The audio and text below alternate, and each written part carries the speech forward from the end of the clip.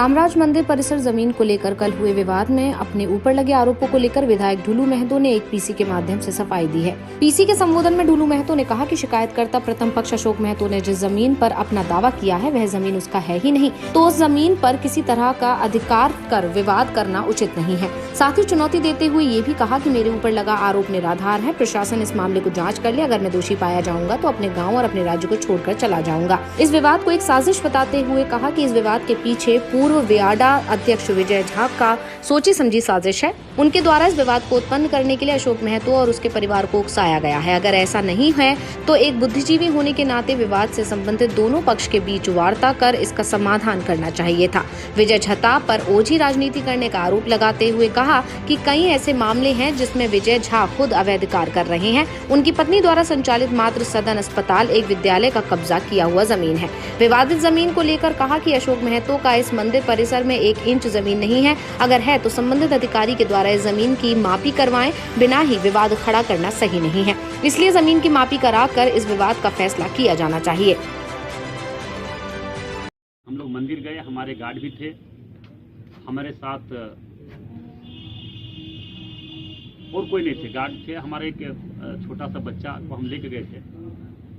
मंदिर तो गए, उस समय ठेला नहीं लगा हुआ था, दुकान नहीं लगा हुआ था। जैसे हम मंदिर से निकले वहाँ पे बीच रोड पर ठेला लगाकर रख दिया, जो गाड़ी मेरा पास नहीं हो पा रहे थे, तो हमारे जो अंगरक्षक थे वो उतर कर उनको बोलने लगे, तो उन्होंने सीधा तौर पर उनको गाली गलौज करने लगा तरह तरह के। तो हम भी उतर कर उनको समझाने का प्रयास किए, डांटने का प्रयास, डांटने कार्य भी उनको कि इस तरह से गलत कर रहे हैं, गलत ये नहीं चलेगा किसी को। मैंने कहा इसमें कोई इस बात से इनकार नहीं कर सकता।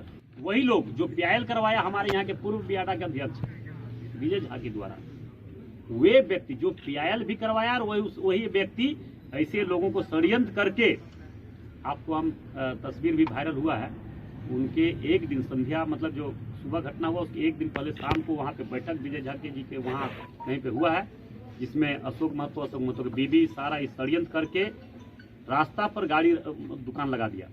पहले कभी इस तरह का नहीं हुआ था। पंचायत एक पक्ष में होता है कि पंचायत 2 पक्ष में होता है?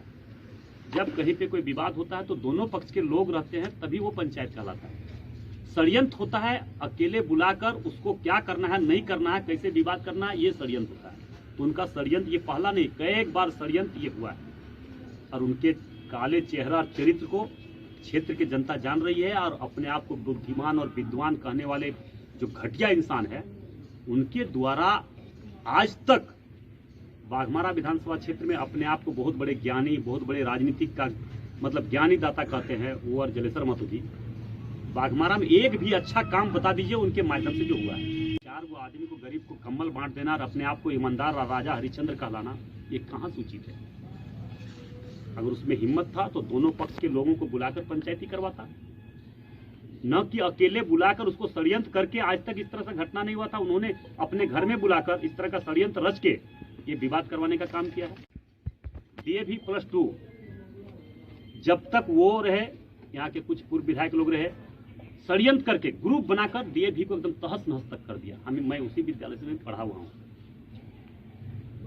मैं जब विधायक बना, लगातार मैं राजनीतिक किसी भी सामाजिक या धार्मिक संस्थान में मैंने घुसने देने का प्रयास नहीं किए। और DAV आज जाके देखिए, उसका पढ़ाई देखिए, उसका रंग रोगन देखिए, उसका पूरा रिपेयरिंग देखिए, आज देख लीजिए जाके। कौन मातृ सदन है? कृष्णा मातृ सदन में स्कूल का जमीन का कब्जा किया है, रेलवे का जमीन में घर हॉस्पिटल चला रहा है। बात करता है ईमानदारी का, राजा हरिश्चंद्र का बात करता है।